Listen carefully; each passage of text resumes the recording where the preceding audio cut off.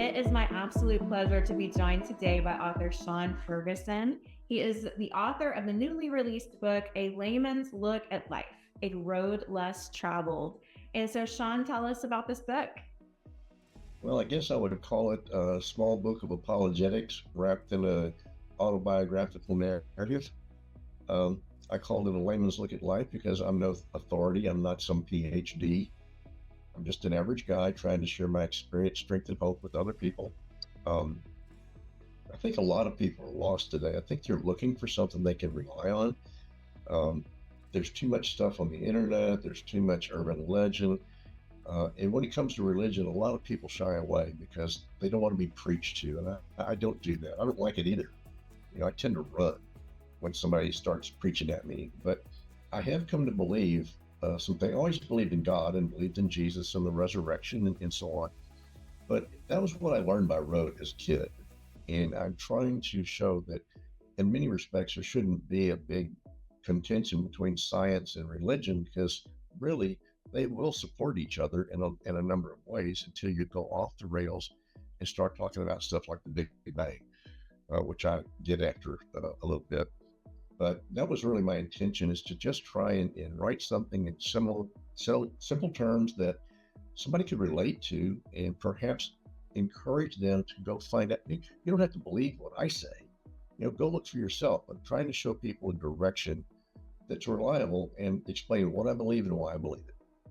I love that. And I think that's a great book that the world needs today, definitely. So, what was and you've talked about it a little bit already, but what would you say was the main inspiration where you said, hey, I've got to write this book? Like, what was that main inspiration? But briefly, the autobiographical part, I was raised Catholic in the 50s, in ancient days. And, it was scary. I went to Catholic school. It was dark. There were statues looking at me. The priests were talking in Latin, and the nuns were horrifying. And so that was a weird experience, but I still believe the basic story.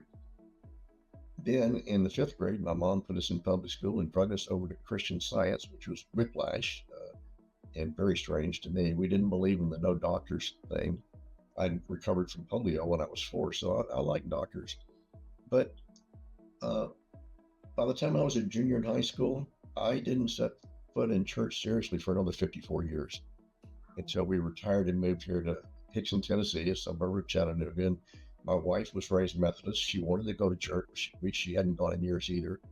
She found the church and we went there. And the first thing we studied was a little book called that's my book, The Non-Prophet's Guide to the End Times by Todd Hampson. And that's where I learned that a large portion of the prophecy of the Bible had been already fulfilled 100% accurately.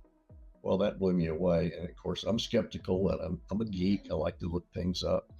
I started digging and I got on fire. And I got into eschatology that way. But really, my basic tendency in youth was apologetics. I always wanted to defend that God was real. So in the process, I did a lot of research. I looked at philosophy, I looked at science, I looked at religion, I looked at how the Bible was written. I looked at a lot of first century history and tried to understand the history before that. How did the Old Testament come to be? What I finally arrived at, which seems like common sense, is that the Bible isn't a science manual. It's a history book. And it talks about the entire creation.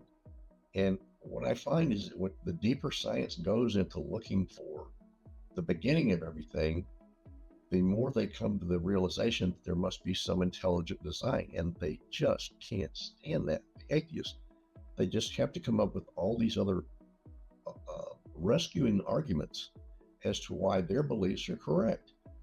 And they wind up departing from real science and falling into science fiction. And so their idea about the Big Bang was first there was nothing, and then something happened. What? And I always say, well, what came before the Big Bang? And that's where they get lost. And they start making up the most ridiculous things that are unprovable and invisible.